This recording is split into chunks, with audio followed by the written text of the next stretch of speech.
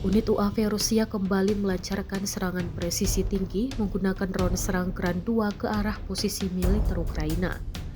Kali ini, target serangan adalah pos penempatan sementara angkatan bersenjata Ukraina yang terletak di daerah Burin, wilayah Sumi. Serangan tersebut diklaim berhasil menghancurkan lokasi yang menjadi tempat konsentrasi pasukan Ukraina sebagai bagian dari operasi sistematis untuk melemahkan kekuatan tempur lawan melalui udara.